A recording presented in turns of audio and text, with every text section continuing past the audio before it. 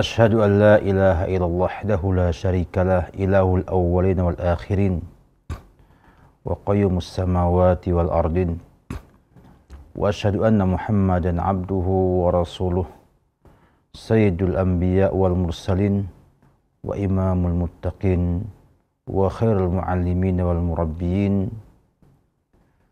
صلاة الله وسلامه عليه وعلى أصحابه الطيبين الطاهرين ومن تبعهم بإحسان إلى يوم الدين أما بعد. Ikhwati fillah, kaum muslimin rahimakumullah ta'ala. Alhamdulillah, kita bersyukur kepada Allah subhanahu wa ta'ala yang telah memudahkan kita semua untuk bisa berjumpa kembali dan meneruskan kajian kita seputar fikih usrah yang kita bihamdillahi ta'ala telah menyelesaikan banyak masalah-masalah berkenaan dengan bayi, dan kita akan naik pada pembahasan berikutnya tentang bagaimana membina, mendidik bayi tersebut menjadi anak-anak, kemudian menjadi dewasa, dan diharapkan nantinya menjadi anak-anak yang soleh, yang menjadi penyejuk hati orang tuanya, dan menjadi pejuang-pejuang yang berjuang jalan Allah, menegakkan kalimatullah agar tinggi di muka bumi ini. Kaum muslimin rahimakumullah ta'ala, kita semua sudah mengetahui dan memaklumi bahwasanya anak adalah buah hati. Namun juga anak adalah amanah yang harus kita tunaikan dan menjadi beban di pundak kita bersama. Dan kita dilarang oleh Allah subhanahu wa ta'ala untuk mengkhianati amanah ini. Sebagaimana Allah sampaikan dalam surat Al-Anfal ayat 278, Ya ayyuhalladzina amanu la takhunullaha war rasula wa takhunu amanatikum wa antum ta'lamun wa'lamu annama amwalukum wa auladukum fitnah wa annallaha indahu ajrun azim. Wahai kaum mukminin, sebagaimana kata oleh Imam Abdullah bin Mas'ud, bila kita mendengar atau membaca firman Allah, Ya ayyuhalladzina amanu fassam'ak, diminta untuk memasang telinga kita, untuk memperhatikan, karena akan ada amrun yu'mar bihi, ya, perintah yang akan Allah perintahkan, ataupun syarrun yunha anhu, keburukan yang Allah larang darinya. Di sini Allah berfirman, Ya ayyuhalladzina amanu, wahai kaum mukminin, la takhunullaha war rasul, janganlah kamu berkhianat kepada Allah dan Rasul. Wa takhunu amanatikum, dan kalian berkhianat kepada amanah yang ada pada kalian. Wa antum ta'lamun, dalam keadaan antum kalian mengetahuinya. Wa'lamu, ketahuilah, annama amwalukum wa auladukum fitnah, sesungguhnya harta kalian dan anak kalian adalah fitnah. Wa annallaha indahu ajrun azim, dan sesungguhnya Allah memiliki pahala yang agung di sana. Di sini tampak sekali bahwa Allah memberikan kepada kita keterangan yang jelas, anak-anak dan harta adalah amanah yang Allah berikan kepada kita untuk nantinya akan dipertanggungjawabkan di akhirat nanti. Oleh karena itu Rasulullah sallallahu alaihi wasallam menjelaskan dengan sangat gamblang bahwa membina anak-anak, mendidik anak-anak adalah amanat yang tidak boleh dikhianati. Sebagaimana yang disampaikan dalam hadis yang sahih riwayat Imam Al-Bukhari dan Muslim, Nabi bersabda, kullukum ra'in wa kullukum mas'ulun an ra'iyatihi. Semua adalah pemimpin, dan setiap kali dimintai pertanggungjawaban atas yang dipimpinnya. Bahkan dalam riwayat An-Nasa'i dalam sanad yang sahih, Syekh Al-Albani dalam kitab yang Sahih Al-Jami', Nabi bersabda, innallaha sa'ilun kulla ra'in amma stara'ahu ahafidha dhalik am dayya'ahu hatta yus'alur rajulu an ahli baitih. Sungguhnya Allah akan menanyakan, meminta pertanggungjawaban setiap pemimpin atas apa yang ia pimpin. Apakah yang menjaganya atau menelantarkannya? Ya. Sampai seseorang ditanya tentang ahlul baitnya, keluarganya. Apakah ia menjaganya atau menelantarkannya? Demikianlah amanah ini harus kita tunaikan dengan sebaik-baiknya agar kita bisa mempertanggungjawabkan amanah ini kepada Allah Subhanahu wa taala di hari kiamat nanti. Demikian juga kita sampaikan bahwa anak adalah zinatun lil aba, ya, perhiasan bagi orang tuanya di dunia ini dan akan menjadi simpanan yang berharga nanti di akhirat nanti. Sebagaimana Allah jelaskan dalam surat Al-Kahfi ayat 46, al-malu wal banuna zinatul hayatid dunya wal baqiyatus salihatu khairun 'inda rabbika thawaban wa khairun amala. Harta dan anak-anak adalah zinatul hayatid dunya, perhiasan kehidupan dunia ini. Demikian kita lihat bagaimana indahnya anak-anak kita pandang, kita bergaul dengannya, sangat nikmat sekali. Bahkan kadang-kadang rasa capek kita dalam bekerja akan hilang dengan kita bergaul bersama anak-anak kita tersebut di rumah. Demikian juga kalau kita lihat dalam ayat ini, ya, Allah katakan bahwa harta dan anak adalah zinatul hayatid dunya, menjadi perhiasan dunia. Kemudian wal baqiyatus salihatu, dan bila anak-anak yang soleh, ya, maka dia khairun inda rabbika thawaban wa khairun amala, menjadi sebaik-baiknya ya, pahala dan sebaik-baiknya harapan bagi kedua orang tuanya. Sini demikianlah. Oleh karena itu Nabi bersabda dalam hadis yang sahih juga, Nabi berkata, al-waladu thamaratul qalbi wa innahu mujbinatun wa mubkhilatun wa muhzinatun. Anak itu adalah buahnya hati. Dia itu bisa membuat kita menjadi penakut, menjadi bakhil, dan menjadi sedih. Imam Al-Munawi dalam kitabnya Faidul Qadir menyampaikan tentang makna al-waladu thamaratul qalbi. Anak adalah buah hati yang bisa menjadi fitnah bagi kita sehingga kita jadi penakut, menjadi bakhil, dan juga jadi muhzinah, sedih. Kata beliau, qila lil waladi thamaratun lianna thamarata ma tantajihu syajaratu wal waladu yantijihul ab. Dikatakan bahwa anak adalah buah karena buah adalah hasil ya, daripada pohon, dan anak adalah hasil daripada bapak. Wa innahu mujbinatun wa mubkhilatun wa muhzinatun. Maknanya adalah akan membuat bapaknya yujbinu abahu anil jihad khasyata dhai'atihi anil infaq fit ta'ah khaufa faqrihi. Membuat bapaknya ini penakut, tidak mau berjihad karena khawatir menelantarkan ia dalam masalah nafkah, dalam ketaatan, dan juga takut membuatnya fakir. Faka'annahu, seakan Nabi mengatakan, asyara minan nukul anil jihad wan nafaqah bisawabil aulad bal yaktafi bihusni khilafatillahi fayuqaddam wala yuhjab. Nabi seakan-akan mengatakan pada kita semua bahwa jangan sampai anak-anak itu menjadi penghalang dari jihad, dan jangan sampai kita itu bakhil untuk berinfak fisabilillah ya, dengan sebab anak-anak kita yang kita pikirkan kehidupannya di masa yang akan datang.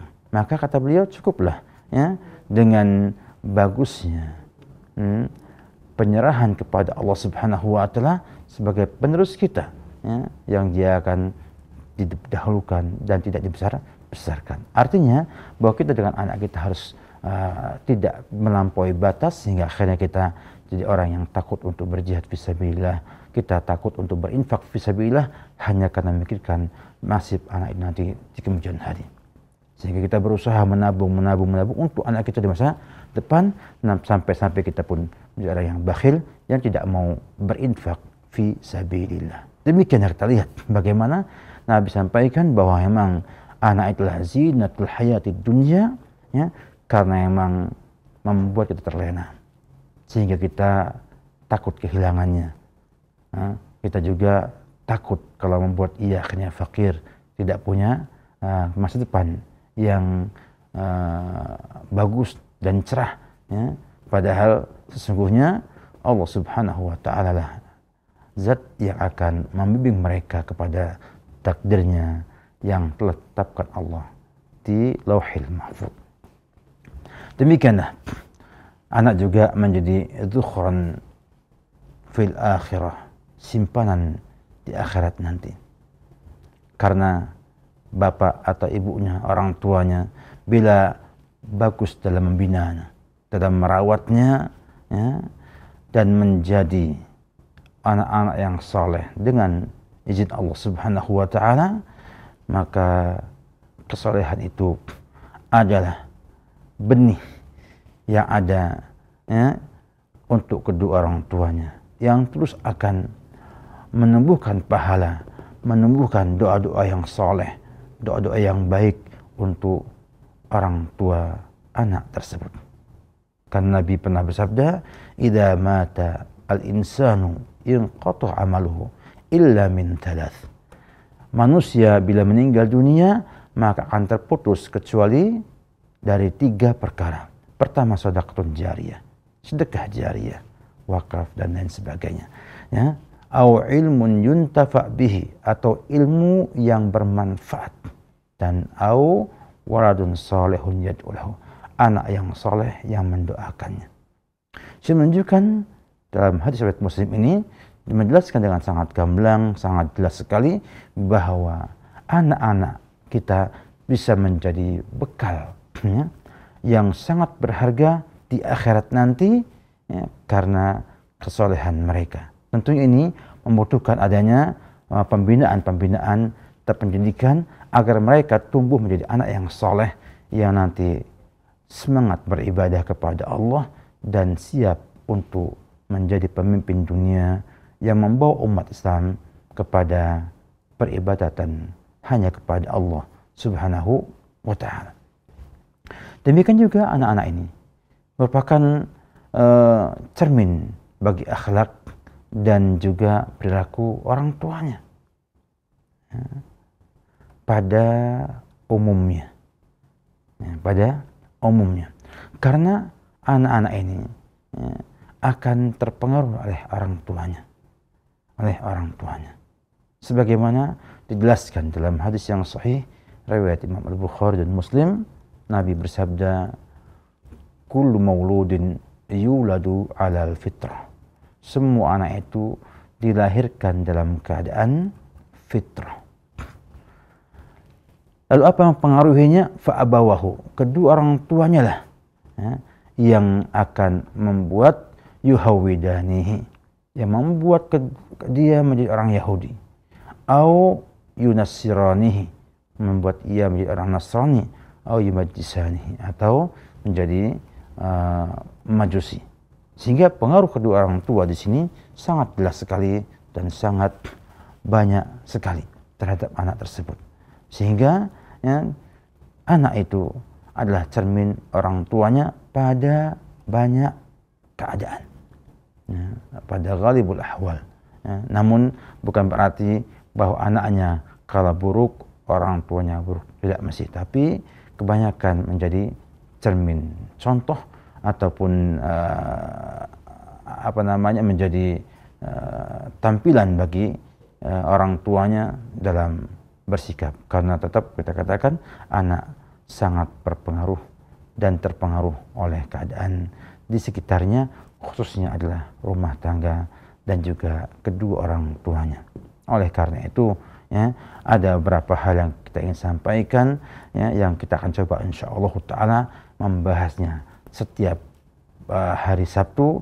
Beberapa hal, ada 10 perkara yang kita ingin sampaikan, ya, dan ini didorong oleh keadaan di mana pembinaan anak ini memiliki urgensi dalam pembinaan masyarakat Islam yang saleh, dan juga yang kedua didapatkan banyaknya kerancuan pada masyarakat dalam membina anak-anak ini, baik dari sebagian para orang tua ataupun pada orang-orang yang memang sibuk dengan pendidikan anak-anak yang ada dewasa ini.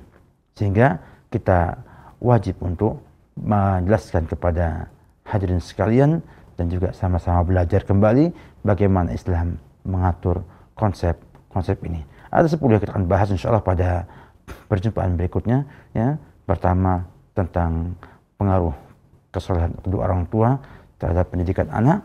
Kemudian yang kedua, ya, adanya doa dan isti'anah kepada Allah Subhanahu wa taala, ya, dalam memperoleh anak yang baik. Yang ketiga, kita akan bahas juga nanti insyaallah taala pada percobaan berikutnya, al-akhdhu bil asbab sahihah. Kita berusaha untuk mencari cara-cara yang benar dan syar'i dalam membina anak-anak kita agar menjadi anak-anak yang soleh. Demikian juga yang keempat yang kita akan bahas insyaallah adalah merasakan, ya, punya rasa atau merasakan sendiri bagaimana besarnya tanggung jawab pendidikan anak-anak ini. Kemudian juga kita akan bahas dalam kajian kita yang bersifat bahas hari ini, ya, tentang bagaimana optimisnya kita dalam melakukan pembinaan anak-anak, ya, dan juga bagaimana menjadikan tarbiyah, menjadikan sebagai qaid, sebagai sarana yang paling efektif dalam membina mereka. Demikian juga pada yang keenam, ya, orang tua harus mengerti dan memberikan kepada anak-anak sesuai dengan tingkatan umur dan usia mereka berupa pembinaan dan juga pengarahan dalam hal ini. Demikian juga pada berikutnya insyaallah taala kita akan bahas permasalahan yang juga berhubungan dengan anak-anak ini, yaitu tentang bagaimana lemah lembut, bersifat rahmat, dan tidak gampang emosi dalam mengajar mendidik anak-anak tersebut. Demikian juga adanya usaha untuk dekat antara orang tua dengan anak-anaknya, ya, khususnya, ya, ketika ada anak-anak di sana. Demikian juga adanya kedua orang tua harus menampakkan cinta keduanya kepada anak tanpa berlebihan. Dan kemudian yang ke-9, ya, yang kita insyaallah akan bahas adalah bagaimana anak orang tua itu bisa memberikan rasa percaya diri kepada sang anak. Dan yang terakhir adalah bagaimana orang tua itu bisa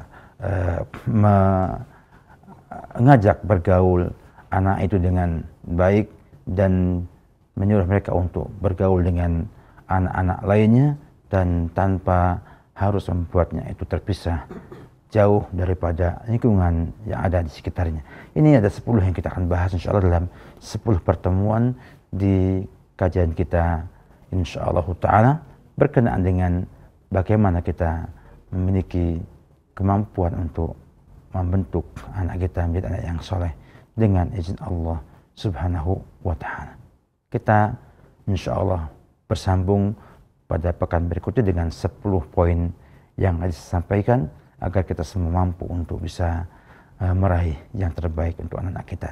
Demikian, semoga bermanfaat. Sallallahu Muhammad wa ala alihi wa sahbihi wasallam. Ya, atas pembahasan yang telah disampaikan oleh Ustaz di kesempatan pagi hari ini dari pembahasan mengenai pendidikan anak, dan mudah-mudahan dapat kita ambil faedahnya untuk para pendengar dan pemirsa pula.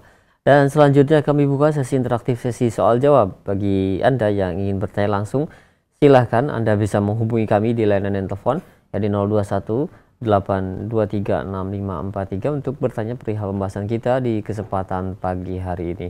Dan untuk layanan pesan singkat, Anda bisa mengirimkannya di layanan pesan singkat di 0813 1777 6543 atau di nomor yang lainnya di 0819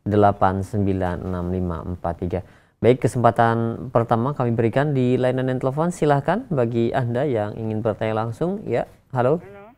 Nah. Assalamualaikum. Waalaikumsalam warahmatullahi wabarakatuh. Dengan Ibu siapa di mana? Ibu Sri Mariam, Pak. Ibu Sri Mariam di Bekasi. Di Bekasi, silahkan. Iya. Ya, silahkan Ibu. Iya. Ini Pak, saya mau curhat aja, Pak. Oke, langsung inti pertanyaan Ibu. Iya. Apa usaha apa ya selain mendoakan gitu, usaha apa untuk anak-anak? Iya.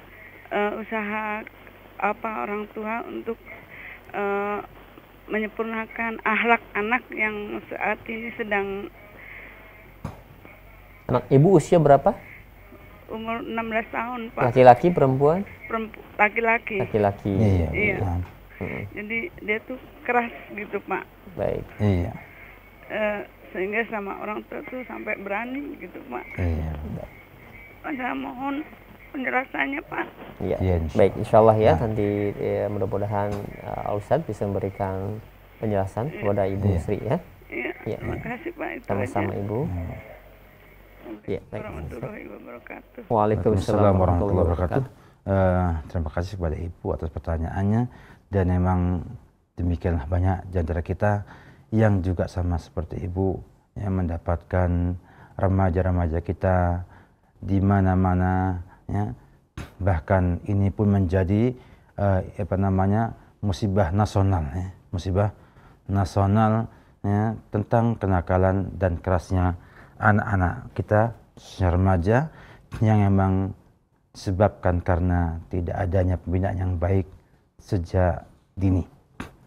Kita akan bahas insyaallah ta'ala ya, pembahasan ini setelah kita membahas tentang 10 ini, tentang bagaimana kita menyikapi para remaja-remaja yang mudah-mudahan ya, dengan kita coba dalam kajian kita ini, walaupun hanya 15 menit, 20 menit ya, sebagai mukadimah, akan memberikan tip-tip kepada orang tua berkenaan dengan pembinaan anak sejak bayi sampai remaja dan sampai dewasa insyaallah ta'ala. Namun kita coba untuk membantu Ibu dalam hal ini. Di antaranya tentunya semua itu kembali kepada Allah Subhanahu wa taala. Dalam artian bahwa hidayah itu memang yang punya Allah Subhanahu wa taala. Nah, kita hanya boleh dan bisa meminta kepada Allah Subhanahu wa taala. Itu yang pertama. Di samping itu juga kita harus mengambil sebab-sebab syariah, cara-cara ataupun sarana yang diizinkan oleh syariat Islam untuk membantu menyadarkan anak tersebut agar ia paham dan bisa merubah sikap dan perilaku tersebut. Tentu ini semua harus dibarengi dengan yang pertama kesabaran dari orang tua dan juga adanya pengakuan bahwa memang kita selama ini belum mampu membinanya dengan baik sejak kecil. Karena tetap yang namanya anak ketika sudah mulai remaja sangat memiliki pengaruh yang cukup kuat apa yang menjadi pembinaan atau yang ia rasakan sejak kecil. Sebab pembinaan anak-anak sejak kecil akan memberikan kepada dia tabiat-tabiat. Bila bagus akan bagus ke tabiatnya. Dan bila di awal dibiarkan liar ya, maka secara teori akan liar juga ya. Dan ketika kita itu membiarkan ketika kecil tidak menunaikan hak-haknya, maka ketika dia dewasa tidak mau menunaikan hak orang tua, itu wajar karena al-jaza min jinsil amal ya, balasan sesuai dengan amalnya. Jadi kalau orang tua sejak kecil anak itu ditelantarkan, tidak pernah dibina agamanya, tidak pernah dibina akhlaknya, tidak juga diusahakan bagaimana memiliki sifat yang baik-baik, dibiarkan bermain dengan teman-teman yang nakal ya, maka ketika dia dewasa ataupun remaja kok kemudian timbul keras ya, kemudian mencela orang tuanya, tidak menunaikan hak-hak orang tuanya, maka itu adalah al-jaza min jinsil amal. Dan kita harus menyadari itu sebagai satu kesalahan yang kita miliki. Dan orang salah tentunya siap untuk dihukum dan siap untuk sabar ya, memperbaiki anak tersebut. Karena tidak mungkin anak yang terbina 16 tahun lamanya dengan pembinaan yang salah, kemudian kita usahakan dalam 2-3 hari, 16 hari misalnya akan menjadi baik. Itu perkara yang secara teori tidak mungkin, walaupun Allah Maha Kuasa bila ingin membuat ia sadar, maka tinggal ngomong kun fayakun, ya. Tidak ada yang susah bagi Allah Subhanahu wa taala. Namun secara teori, ya, bahwa anak seperti ini membutuhkan waktu untuk dibina oleh orang tuanya. Dirubah lagi pola pembinaannya. Bukan cuma diberikan uang, pergi, ataupun diberikan pukulan, selesai. Tidak. Harus dilihat kembali kepada mereka, dilihat kembali apa sebabnya, apa yang menjadi demikian. Nanti akan dimulai pembinaan ataupun pengobatan, terapi atas keadaan anak tersebut. Oleh karena itu, seperti ibu bersabar, kemudian carilah apa yang membuat anak itu menjadi seperti itu. Kemudian buat komunikasi yang baik kepada anak tersebut. Ya, ajak bicara baik sesuai dengan usia yang mereka miliki, sampai akhirnya dia bisa memberikan arahan dan juga pencerahan kepada mereka, dan juga mereka akan mengadukan apa sebabnya. Apa kurang diperhatikan orang tuanya, dia nakal karena ingin cari perhatian, atau karena pengaruh lingkungan yang kurang baik. Maka orang tua harus memiliki analisa tentang sebab permasalahan, kemudian berusaha untuk memperbaiki dengan cara yang baik. Dan insya Allah ta'ala kita coba dalam kajian kita untuk mengurai ini semua sedikit demi sedikit dalam waktu yang kita miliki 20 menit atau 15 menit di Muqaddimah setiap kajian kita. Dan kita berdoa pada ibu, mudah-mudahan anak ibu menjadi anak yang baik, dan ibu diberi kesabaran untuk membina anak tersebut agar menjadi anak yang baik. Tapi jelasnya ibu dan bapak harus bersatu, bersepakat untuk memiliki cara yang terbaik dalam membina anak tersebut agar kembali kepada kesolehan yang kita harapkan. Semoga bermanfaat. Wallahu ta'ala a'lam. Nah, iya, baik, terima kasih banyak Ustaz atas jawabannya, jazakallahu khair. Dan demikian untuk Ibu Sri yang berada di Bekasi, mudah-mudahan Ibu diberikan kesabaran dan mudah-mudahan dapat mengubah anak Ibu menjadi anak yang soleh. Dan selanjutnya kami buka kembali, silahkan berikan kesempatan kembali bagi Anda yang berikan langsung di 021282365436. Halo. Halo. Ya. Iya. Assalamualaikum Ustaz. Waalaikumsalam warahmatullahi wabarakatuh. Dengan siapa di mana? Ibu Putri di Banda Aceh. Ibu Putri di Banda Aceh. Silakan Ibu Putri. Assalamualaikum Ustaz. Waalaikumsalam warahmatullahi wabarakatuh. Alhamdulillah saya sudah diberikan 5 orang anak. Alhamdulillah. Kebetulan yang nomor 1 dan nomor 2 itu laki-laki. Jadi Ustaz, alhamdulillah juga dari kecil juga tidak pernah meninggalkan 5 waktu. Hanya saja sekarang sudah mungkin dewasa, sudah kuliah. 5 waktu ini enggak tinggal Ustaz, hanya saja susah diajak untuk selalu berjamaah. Jadi kalau seandainya saya tanya ada berjamaah di kampus ada mah, tetapi subuh itu paling susah Ustaz bangunnya. Mohon arahannya Ustaz. Iya, baik. Itu saja. Assalamualaikum warahmatullahi wabarakatuh. Waalaikumsalam warahmatullahi wabarakatuh. Nah, ini diberikan kebahagiaan 5 orang anak, cuman alhamdulillah, Bu. Ada kendala seperti ini, Ustaz. Kasih anak timu alhamdulillah. Alhamdulillah. Kasih 10 juga alhamdulillah. Alhamdulillah. Tidak ada masalah. Iya. Yang jelas Bu, bahwa memang demikianlah keadaannya, Bu. Ya. Tidak kita pungkiri bahwasanya lingkungan, ya, dan juga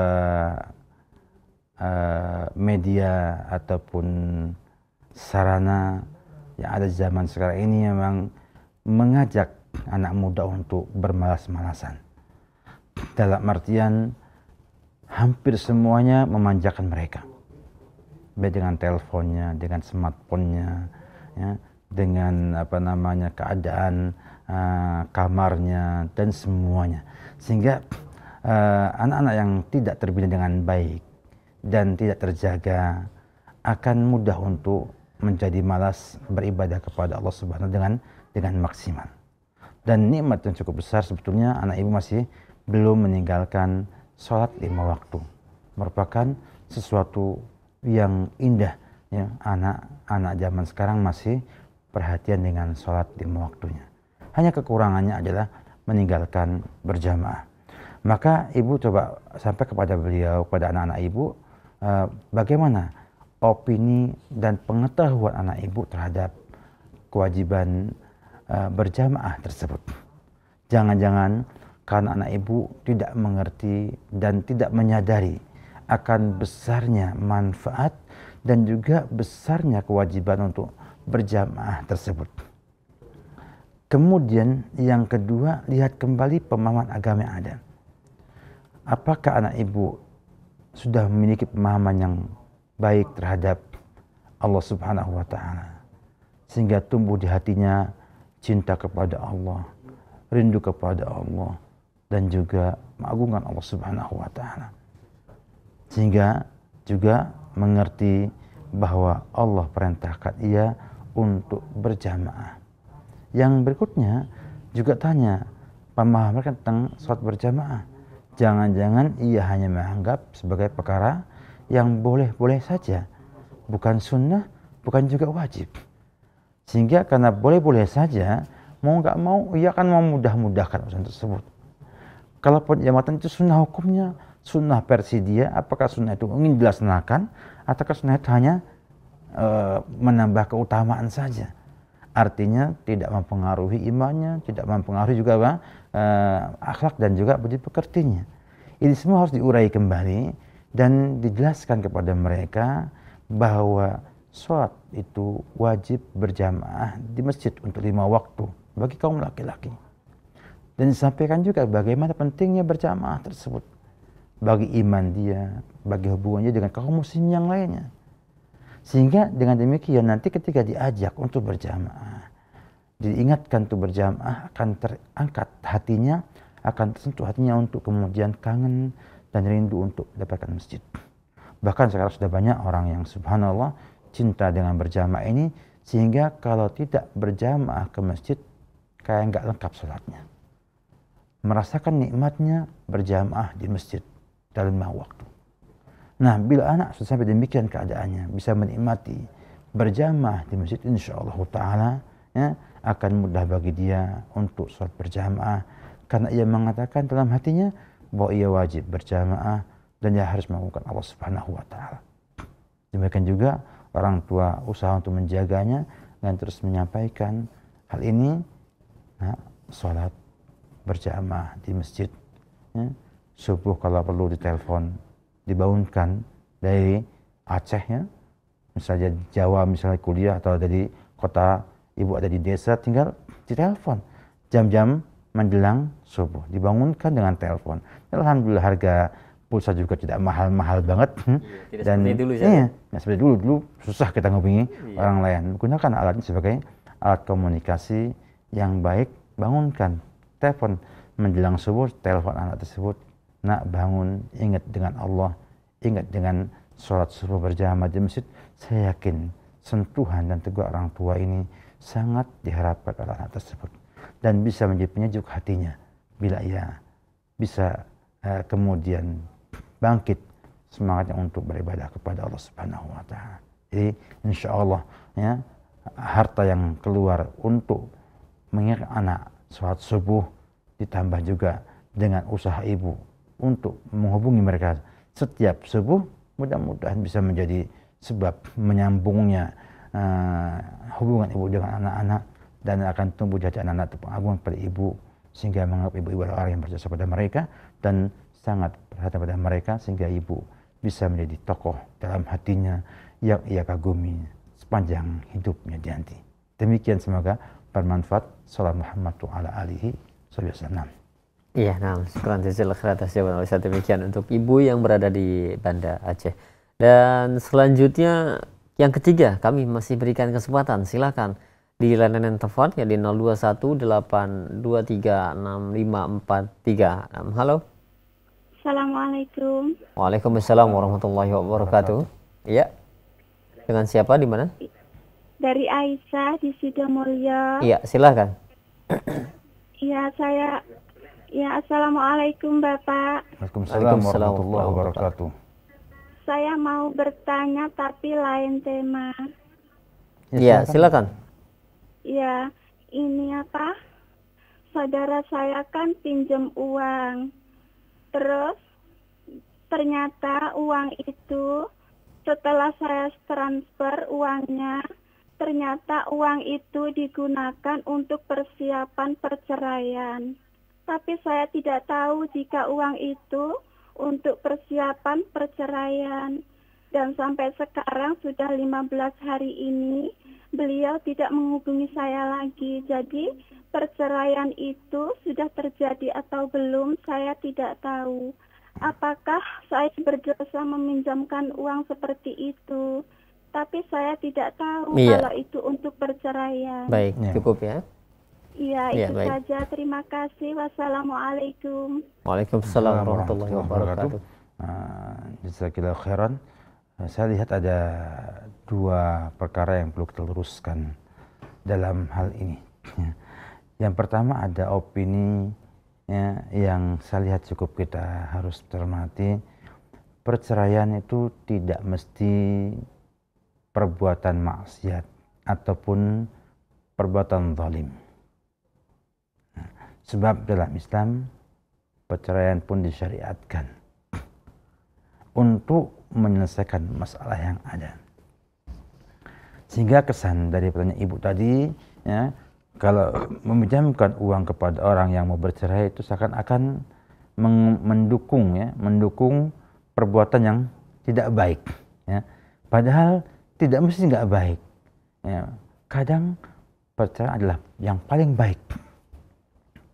Yang paling baik, ya, yang harus diperbuat oleh kedua pasangan suami istri ini. Bahkan sampai pun Islam membolehkan wanita untuk minta perceraian dari suami, namanya khulu. Kalau memang dalam kondisi yang tertentu yang dibolehkan dalam syariat Islam dan bisa memberikan maslahat bagi kedua belah pihak nantinya.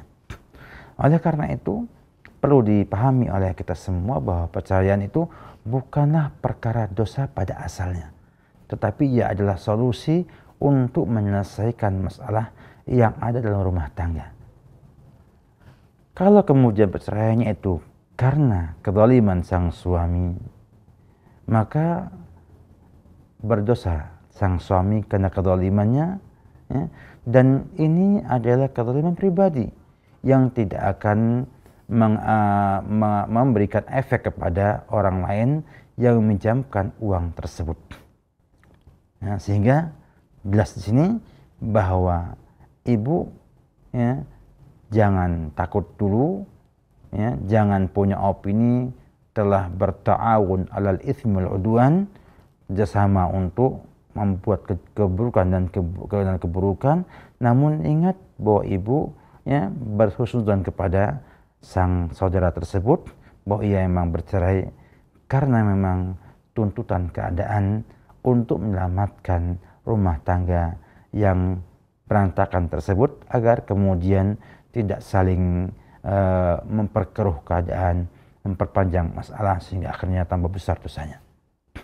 Yang kedua, ada di sana masalah yang cukup penting adalah bahwa ketidaktahuan kita terhadap sesuatu merupakan uzur ataupun alasan untuk kita tidak terkena hukuman. Karena, ya, dalam Islam, ya, tidak tahu itu adalah perkara yang bisa menghilangkan dosa pelakunya. Oleh karena itu, ibu dari dosis ini tidak ada masalah dan tidak usah terlalu dipikirkan. Maka yang penting adalah sekarang bagaimana, ya, menghubunginya untuk kemudian menagih hutang tersebut bila memang dibutuhkan atau sudah jatuh tempo pembayarannya. Oleh karena itu ibu tidak usah ada sedih, juga tidak usah merasa gelisah bahwa ibu tidak ada sama sekali salahnya. Ibu menolong orang, ya, karena tahu dia baik, kemudian perceraian pun ibu tidak tahu apakah sesuai dengan syariat atau kezaliman di sana. Dan yang ketiga, ya, uang tersebut memang ibu tidak ketahui untuk hal-hal yang seperti itu. Sehingga insya Allah aman, ya, dan insya Allah ibu mudah-mudahan dapat pahala dengan sebab membantu kaum muslimin dengan hutang-hutang tersebut. Wallahu a'lam bishawab. Iya, nah, sekarang jazakallahu khairan atas jawaban Ustaz. Demikian untuk yang bertanya. Dan selanjutnya kami akan angkat pertanyaan di layanan pesan singkat. Namun sudah banyak yang masuk ke kesempatan pagi hari ini. Yang pertama Ustaz, ada pertanyaan yang tidak disebutkan nama dan tempatnya. Ya, Assalamualaikum warahmatullahi wabarakatuh. Ya Ustaz, saya pernah membaca buku Agar Anak Menjadi Harapan Kita. Setiap hari kita membacakan Al-Fatihah, ayat kursi, Alam Nashrah, dan surat Toha dari ayat yang pertama hingga ayat yang kelima. Lalu kita tiupkan ke ubun-ubun anak tersebut. Apakah benar Ustaz dalil atau cara seperti ini? Ini perkara yang kita lihat, ya, perkara seperti ini. Kalau kita lihat pada asalnya, saya sampai hari ini belum mendapatkan ada anjuran dari Rasulullah SAW untuk berbuat demikian. Namun bila kemudian dipahami oleh kita itu adalah bentuk ruqyah.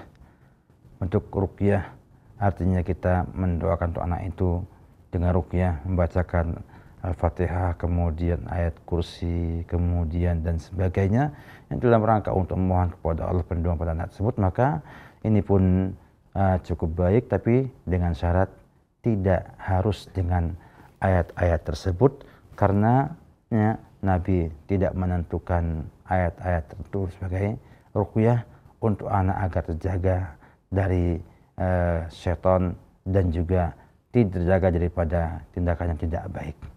Karena khawatirnya ini dikerjakan, kemudian ketika efeknya tidak ada pada anak, nanti khawatirnya dianggap Islam tidak memiliki konsep yang bagus dalam membina anak-anak. Jadi maksud saya, semua harus tinjau kepada dalil yang syar'i, agar jangan sampai perkara-perkara yang hanya percoba-cobaan, artinya hanya karena tajrubah, percobaan seseorang kok berhasil, ya, kemudian jadikan sebagai sarana untuk kepastian bahwa itu adalah sarana untuk membuat anak kita jadi anak yang soleh. Oleh karena itu, baiknya kita semua kembali kepada pembinaan Rasulullah SAW terhadap anak-anak yang memberikan pada kita banyak sekali, ya, teori dan juga teknik dalam membina anak-anak tersebut. Sehingga sebaiknya menurut pandangan saya, ya, ibu tidak usah mengamalkan hal tersebut, karena kita khawatirkan, ya, itu tidak banyak faedahnya kepada anak-anak kita, karena belum ada di sana tuntunan dan juga anjuran dari Rasulullah SAW untuk hal tersebut. Wallahu a'lam bishawab. Iya, jazakallahu khairan atas jawabannya. Ustaz, demikian, dan selanjutnya kami akan angkat pertanyaan masih di layanan pesan singkat. Ada pertanyaan dari Ibu Yuni yang berada di Purwokerto. Ya Ustadz, apakah orang tua asli juga akan dimintai pertanggungjawabannya atas anak yang diasuh oleh orang lain, meskipun yang mengasuhnya itu sudah berusaha membimbing dengan cara yang benar, yaitu cara yang sesuai dengan syar'i? Nah, kalau kita melihat kepada dalil yang ada, sangat jelas sekali bahwa orang tua itu adalah orang yang paling bertanggung jawab, ya, karena ia adalah orang yang istilahnya kalau bahasa dagang itu memproduksi anak tersebut. Hanya dialah penyebab Allah ciptakan anak tersebut. Dan kemudian Allah bebankan kepada ayah al-mauludul lahu, yang Allah beri kepada dia anak, untuk bertanggung jawab terhadap pembinaan anak-anak tersebut. Sehingga walaupun sudah ada orang tua asuhnya yang mengasuhnya, membinanya, tetap orang tua asli atau kandung punya tanggung jawab terhadap anak tersebut untuk membina mereka, Kalau kemudian anak-anak itu ternyata dengan diasuh orang lain menjadi anak yang soleh, mudah-mudahan orang tuanya yang kandung ini juga mendapatkan keutamaan anak tersebut, di samping yang ngasuh pun jelas mendapatkan keutamaan tersebut, karena ada penyebab anak itu menjadi anak yang soleh. Oleh karena itu, tidak berarti bahwa bila Anda atau kita punya anak, serahkan kepada kakak kita, kepada tetangga kita, kepada kerabat kita, itu kita berlepas diri, tidak punya peran dan tanggung jawab terhadap kelanjutan kehidupan dan bina anak-anak tersebut. Tetap bertanggung jawab, sehingga harusnya ikut paling tidak membina anak itu bersama-sama menjadi anak yang soleh di kemudian hari. Demikian jawaban saya, wallahu a'lam bishawab. Nah, ya demikian untuk Ibu Yuni ya yang bertanya, dan selanjutnya kami masih akan pertanyaan dari penanya di Kalimantan di daerah pelosok, yaitu Ibu Zahra. Ya Ustadz, usaha apa yang harus saya lakukan untuk mendidik anak-anak saya yang baru berusia 8 dan 5 tahun untuk lebih mengenal Islam? Dan sementara saya selaku orang tua tidak terlalu mengerti, dan di daerah saya pun tidak ada pondok pesantren ya untuk memasukkan anak saya ke dalam pesantren. Ya. Ini kembali kepada masalah yang cukup besar ya dalam Islam, bahwa orang tua juga dituntut untuk soleh. Dalam artian juga harus belajar tentang Islam ini, sehingga ia bisa menjadi panutan bagi sang anak yang kita harapkan menjadi anak yang soleh. Namun kita lihat adanya keterbatasannya ada ya, khususnya di pelosok ya, pelosok Kalimantan ya, mungkin tidak ada pesantren ya, atau mungkin juga tidak ada pendidikan yang baik di sana, maka fattaqullaha mastata'tum. Demikian kata Allah Subhanahu wa taala. Kita bertak semampu kita. Kita ajak anak-anak itu menjadi seperti yang baik. Dan saya yakin semua orang punya naluri ya, mengerti mana yang baik dari sifat-sifat yang ada. Itu kita pupuk pada anak kita. Seperti senang dengan kebenaran, mudah untuk menerima kebenaran, kemudian gampang untuk mengakui kesalahan.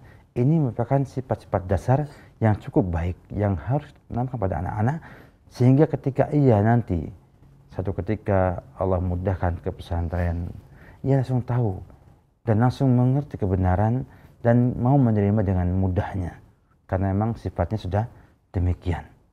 Dan kalau salah cepat minta maaf dan juga cepat bertobat kepada Allah Subhanahu wa taala.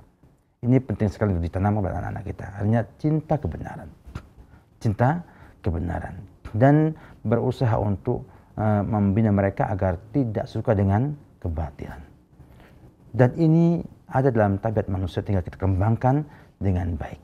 Kemudian berusaha untuk mencari pesantren yang ada di sekitar yang baik, yang menanamkan pemahaman Al-Quran dan Sunnah yang benar, sehingga nanti anak ibu bisa terbina dengan benar dalam hal ini. Oleh karena itu, hati-hati juga dalam memasukkan dalam pendidikan yang akan kita arahkan pada kebaikan tersebut. Karena kita khawatirnya kita serahkan kepada lembaga pendidikan yang dia malah merusak dan bukan membangun anak tersebut. Jadi ibu berusahalah untuk kemudian mencoba mendengar, melihat, kemudian mencari berita, ada tidak di sekolahan yang baik sekitar ibu yang nanti bisa untuk ibu sampaikan atau ibu kirim anak ibu untuk terbina di sana. Karena orang tua yang tidak mampu, yang tidak memiliki, tidak mampu untuk memberi, dan tentunya sebaiknya diberikan kepada orang yang memang mampu memberi kebaikan kepada anak-anak tersebut. Sehingga nasihat saya kepada ibu, khususnya di daerah pelosok yang mungkin bisa menangkap siaran TV Roja ya, dengan parabolanya ya, mudah-mudahan ini ada sarana bagi ibu untuk lebih mampu untuk mempertebal iman, memperbanyak ilmu, sehingga nantinya bisa menjadi sebab untuk membina anak ibu yang baru 5 tahun dan 9 tahun tersebut. Saya anjurkan demikian untuk yang 9 tahun, selesaikan SD-nya, nanti silahkan dikirim ke pesantren yang ada yang ibu mampu untuk biayanya, karena pesantren itu bermacam-macam, ada yang mahal, ada yang menengah, ada yang murah. Maka sesuaikanlah dengan kemampuan yang kita miliki. Bila kita mampu yang murah, buat sekolahnya murah, karena murah nggak mesti akan gagal, dan mahal nggak mesti akan sukses dan berhasil.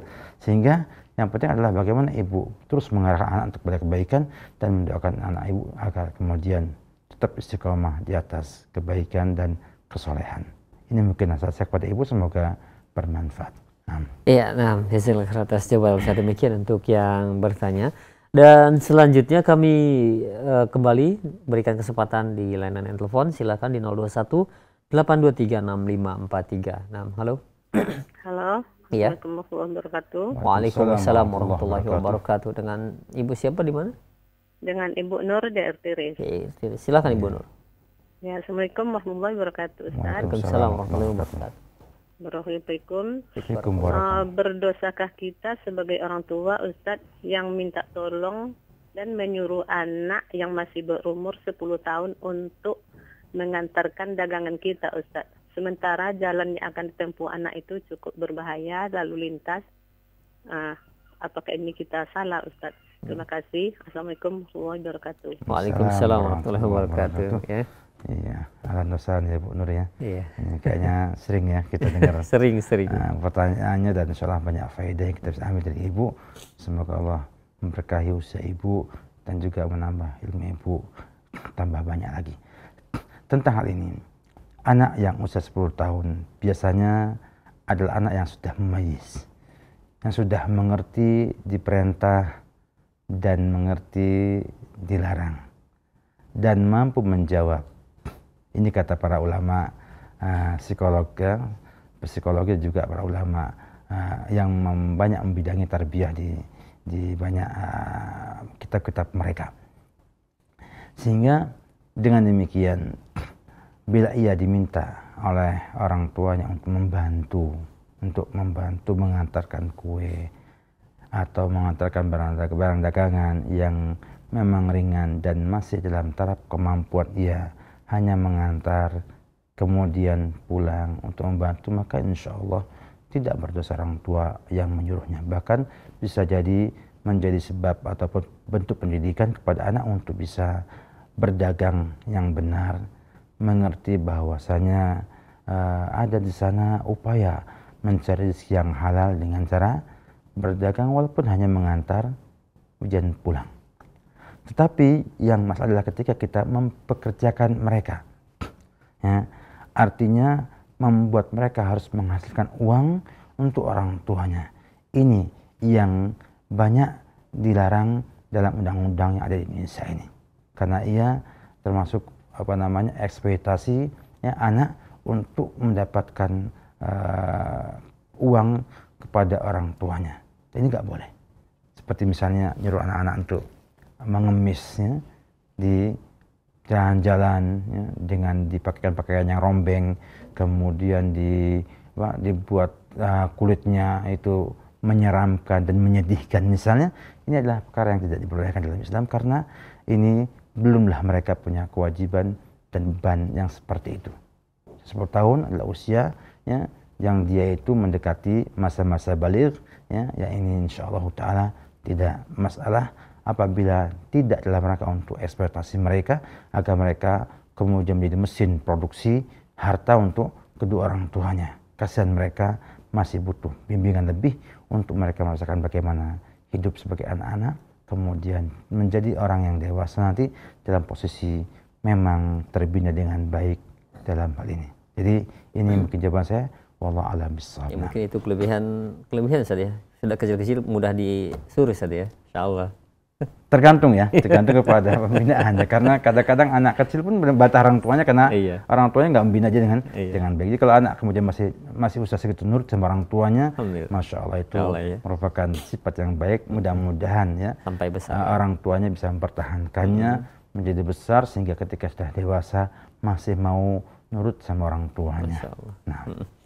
Ya baik, demikian ya untuk Ibu Nur yang berada di RT RIS. Dan selanjutnya masih kami terima di layanan telepon. Silakan di 021 823 65436. Halo. Ya, silakan. Halo, Assalamualaikum. Waalaikumsalam warahmatullahi wabarakatuh. Dengan siapa di mana, Pak?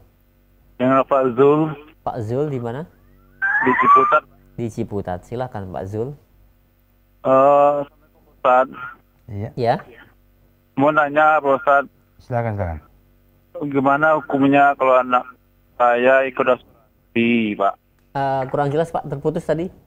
Ikut apa? Gimana hukumnya anak saya kalau ikut asuransi, Pak? Anak saya kan dari Oh, umur iya. 1 ikut asuransi. Diasuransikan gitu Pak ya.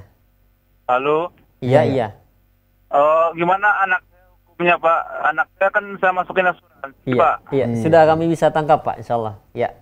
Ya, insyaallah iya. Pak Zul. Gimana? Terus satu lagi boleh, Pak? Silakan silakan. Silakan Pak.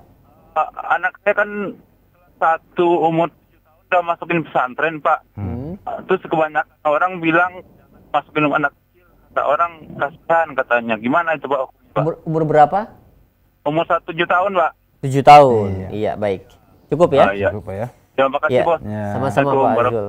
Waalaikumsalam warahmatullahi wabarakatuh. Ya, silakan Ustaz. Terima kasih kepada Bapak ya, di Bapak Zul ya di Ciputat. Iya, Tangerang ya, Iya. bukan Jakarta ya. Tangerang. Taib. Melihat ini semuanya, maka kita kembali kepada hukum asuransi itu bagaimana.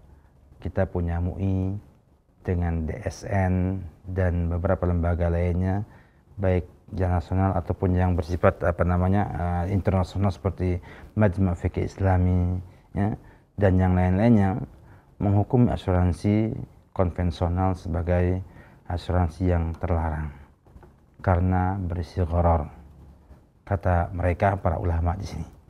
Sehingga bila anak bapak asuransikan kepada asuransi konvensional yang bersifat gharar seperti ini, maka tentunya tidak diperbolehkan. Jadi diperbolehkan. Karena ketika kita itu tahu bahwa hal itu adalah dilarang, maka kita tidak boleh melibatkan anak kita dalam hal yang terlarang seperti itu. Kemudian yang perlu kita pahamkan pada Bapak dan juga pada para hadirin ya, para pemirsa juga pendengar Roja, bahwa kita harus menjaga anak kita bukan dengan rasa kekhawatiran. Jangan kita ketika membina anak kita itu kita khawatir masa depannya. Karena orang yang nggak yakin akan cerahnya masa depan anaknya bisa bersikap yang tidak baik untuk anak tersebut. Sehingga kita butuh adanya tafaul, artinya optimis bahwa anak-anak kita akan jadi anak yang soleh di kemudian hari bila kita mau membina mereka dengan baik. Jangan kemudian kita sejak awal sudah khawatir nanti gimana sekolah anak saya ya. Kalau nggak punya uang banyak nanti anak saya nggak sekolah. Nggak demikian. Dapatkan banyak juga orang yang tanpa uang bisa sekolah. Ya, bisa sekolah beasiswa terus sampai perguruan tinggi. Ya, sampai ia jadi dokter dengan beasiswa.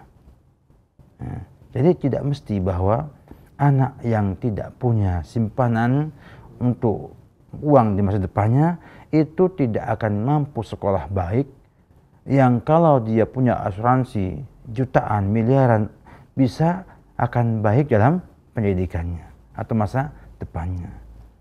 Oleh karena itu yang kita harus ubah adalah mindset kita.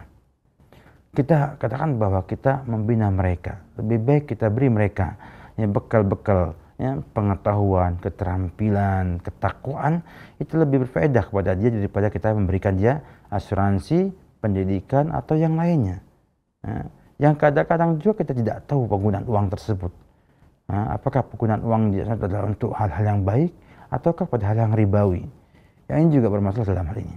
Sehingga bila kita ingin anak kita itu sukses, tentunya kita harus memberi makan ia dengan makanan yang halal, pakaian yang halal, dan semuanya halal.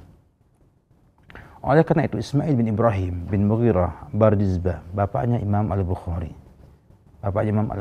seorang pedagang, ya, itu mengumpulkan uang yang halal untuk membiayai Bukhari sekolah nantinya. Ya, dan itu tidak masalah. Tetapi dijamin oleh dia punya halal semuanya. Nah, kalau Bapak misalnya simpankan uang di asuransi yang belum jelas halal dan haramnya, khawatir uang itu bercampur dengan yang haram sehingga akhirnya digunakan oleh anak bapak untuk sekolah dan pendidikan yang akan membuat anak itu jadi rusak karena menggunakan harta haram. Sehingga Nabi mengatakan, ya, man nabata lahmuhu min suhtin fannaru awla bihi. Orang yang tumbuh dagingnya dari perkara-perkara yang haram, ya, hal-hal yang haram, maka neraka lebih utama bagi dia, lebih mungkin buruk ketimbang baik. Ya, artinya kalau anak itu sejak kecil dimakan yang haram, maka nanti kalau kemudian ia jadi anak nakal, itu wajar. Itu wajar karena tumbuh dari harta yang haram. Oleh karena itu, di antara pembinaan yang baik yang kita harus kerjakan adalah kita menumbuhkan tubuh mereka dengan makanan yang halal, dengan harta yang halal, agar mereka nanti ke depannya menjadi anak yang memang tumbuh dengan makanan, minuman, dan pakaian yang halal. Oleh karena itu, nasihat saya adalah jangan libatkan anak dalam hal-hal yang haram yang sudah ada para ulama sepakati keharaman tersebut. Kemudian yang kedua, tentang anak bapak yang ke pesantren dalam usia 7 tahun. Tentunya ini semua dilihat dan ditimbang-timbang oleh bapak sebagai orang tua. Karena usia itulah usaha mulai memayyiz, mulai mengerti, mulai bisa diperintah, dilarang, dan mengerti.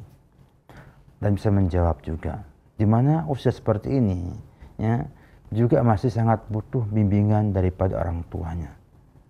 Namun bila dirasakan misalnya di rumah, ya, itu tidak mampu untuk membina ia, karena pertama orang tuanya memang tidak punya kemampuan untuk membinanya, karena waktu yang sangat sempit, atau juga karena pendidikan yang terlalu jauh dari agamanya, juga punya ibunya juga demikian, ya, mungkin tidak bisa memberikan dia pengajaran, tidak juga bisa memberi dia perlindungan. Yang ketiga, lingkungannya, teman-temannya, subhanallah, ya, tidak terbina oleh keluarga mereka, sehingga akhirnya dikhawatirkan akan membuat anaknya rusak. Maka pesantren bisa jadi solusi ataupun bahasa alternatif, ya, untuk membina anak bapak, di mana di sana relatif lingkungannya terjaga dan ada yang menjaga anak kita setiap harinya di sana. Tentunya dengan syarat memilih pesantren yang baik, yang nanti punya di sana pembinaan yang baik. Bukan fasilitas, tapi adalah cara pembinaan mereka yang baik. Karena anak, ya, dengan fasilitas yang kurang bisa jadi akan menumbuhkan kepada dia kreativitas dan juga kemampuan untuk mandiri menghadapi keadaan yang tidak sesuai dengan keinginan yang ada. Seperti misalnya ketika dewasa, ya, tidak mendapatkan kehidupan yang layak, dia sabar karena dia sudah terbina mandiri sebelumnya. Oleh karena itu, ini semua tergantung kepada kondisi bapak di rumah, kemudian lingkungan juga pengaruh, dan kemudian juga bagaimana bapak memilih pesantren yang baik untuk anak bapak agar ia tumbuh normal sebagaimana tumbuhnya yang lain-lain dan mendapatkan pembinaan agama yang baik di sana. Wallahu ta'ala alam bisawab. Iya, nah, jazakallahu khair atas jawaban Ustaz. Demikian untuk Pak Zul yang berada di Ciputat, Tangerang. Baik, satu penelpon terakhir Ustaz di hari kesempatan pagi hari ini. Silahkan bagi Anda yang ingin bertanya langsung kembali, nah, di 0218236543. Halo. Assalamualaikum. Waalaikumsalam warahmatullahi wabarakatuh. Dengan siapa, di mana? Saya dengan Ibu Hari. Saya dari Bekasi. Di Bekasi, silakan. Saya mau bertanya, ini kebetulan saya baru mengenal sunnah. Alhamdulillah. Jadi bulan Februari ini, kemudian saya punya anak umur 10 tahun. Anak saya itu disekolahkan di sekolah umum karena memang saya sebelumnya tidak tahu. Masih SD berarti ya? SD. Saya udah beberapa kali mencari-cari sekolah yang pesantren yang sunnah, tapi sangat sulit sekali karena memang pengetahuan saya masih sangat sedikit sekali gitu. Mungkin kiranya Bapak bisa memberikan solusi kira-kira tepatkah anak saya dicarikan dimasukkan ke pesantren yang memang sunnah, karena saya sudah kesana kemari ternyata yang terimanya hanya dari SMP ke atas gitu. Maksud saya agar anak saya juga tidak telat untuk memasukkan anak saya, membimbing anak saya dengan baik. Kelas 5 berarti ya anak ibu? Ya, ada anak saya sekarang ini kelas 4. Oh, kelas 4. Iya. Sulit sekali saya nyari yang pesantren yang sunnah tapi khusus untuk SD yang bisa mondok gitu. Karena di daerah sekitar saya memang agak jauh, kebetulan saya juga memang bekerja. Bekasinya di mana Ibu? Saya di Bekasinya di Harapan Jaya. Harapan Jaya. Ya. Kemarin saya sempat ke Sukabumi kemana cari-cari, tetapi di situ ternyata saya minta BBM dengan Ustadz Dwi, ternyata itu bukan salaf, bukan sunnah, ternyata dari yang lain gitu. Baik. Jadi maksud saya juga takut juga minta petunjuknya kira-kira di mana gitu saya harus mendapatkan. Nah, nanti mungkin untuk informasi lebih lanjut mengenai sekolahan sunnah yang Ibu tuju, Ibu bisa menelpon ke layanan off-air kami ya. Dan nanti akan dijelaskan pula oleh Ustadz. Jadi layanan off-air kami di 021 823 3661. 021 823 3661. 61. Nah, nanti Ibu bisa 021 823 3661. Betul. Ya. Nanti bisa ditanyakan informasi mengenai sekolah yang anak Ibu ingin tuju ya. Iya. Baik. Terima kasih banyak. Sama-sama. Assalamualaikum warahmatullahi wabarakatuh. Waalaikumsalam warahmatullahi wabarakatuh. Tentang kondisi anak Ibu yang sudah kadung sekolah dan mungkin Ibu menganggap itu tidak baik bagi anak Ibu, maka tentunya Ibu kemudian jangan langsung berpikirnya pesantren dulu. Tapi berpikirnya adalah bagaimana anak ini siap tidak dipesantrenkan. Karena apalah gunanya lembaga yang baik kalau anaknya nggak mau.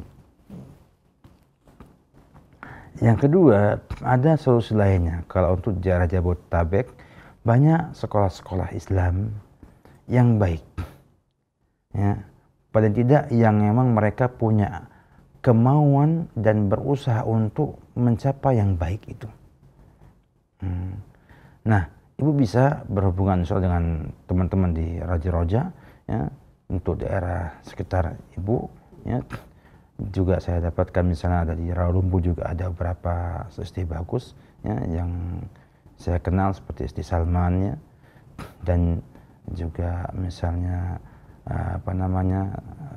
SD yang lainnya, ya, yang kita harapkan nanti dengan itu semuanya anak Ibu bisa paling tidak mendapatkan basic ataupun dasar-dasar Islam di sana, walaupun tidak mondok pesantren. Karena saya pribadi termasuk orang yang punya pendapat pribadi saya aja bahwa anak-anak usia sebelum balik itu memang sebaiknya bersama orang tuanya agar bisa menyempurnakan, ya, kasih orang tua kepada anak-anak tersebut. Apalagi anak Ibu tentu kan kaget karena Ibu juga baru mengaji, suami juga mungkin baru mengaji, kemudian anak juga kaget kok dibeginikan, sehingga perlu proses yang lebih baik. Karena kalau Ibu bawa dia ke pendidikan yang swasta, ya, yang bagus, kemudian Ibu mampu untuk membiayainya, paling tidak, ya, dengan full day school misalnya, anak Ibu bisa terjaga dari mulai jam 7 sampai jam 4 sore. Sehingga Ibu pulang kerja, ambil anak, bareng-bareng pulang dan bersama Ibu. Dan biasanya mereka akan cukup lelah sehingga tidak mau untuk macam-macam di rumahnya. Oleh karena itu nasihat saya kepada Ibu dalam hal ini agar kita semua melihat dengan kacamata yang agak objektif terhadap sekolahan dan juga anak Ibu, karena sekolahan yang bagus tanpa kesiapan muridnya juga menjadi masalah. Dan juga kadang-kadang anaknya siap, sekolahnya nggak bagus juga masalah. Jadi silakan Ibu komunikasi dengan teman-teman di sini yang lebih tahu, ya, mudah-mudahan dapatkan sekolahan yang terbaik untuk anak Ibu sampai nanti pada usia-usia di mana ia sudah siap untuk dipesantrenkan, maka pesantren adalah satu di antara alternatif yang kita bisa gunakan untuk membina anak-anak kita ketika kita tidak mampu membina mereka dengan baik di rumah. Ini mungkin jawaban dari saya, semoga bermanfaat. Dan sebagai kata penutup, pada hari ini kita mengajak kaum muslimin semuanya untuk membenahi rumah tangga. Membenahi rumah tangga bukan hanya anak, tetapi juga hubungan antara suami istri, hubungan bapak dengan ibu, ya, bapak dengan anak, ibu dengan anak, dan hubungan dengan semua elemen ataupun anggota rumah tangga tersebut harus baik dan terbuka agar nantinya bisa dicarikan solusi bila ada permasalahan yang timbul di sana.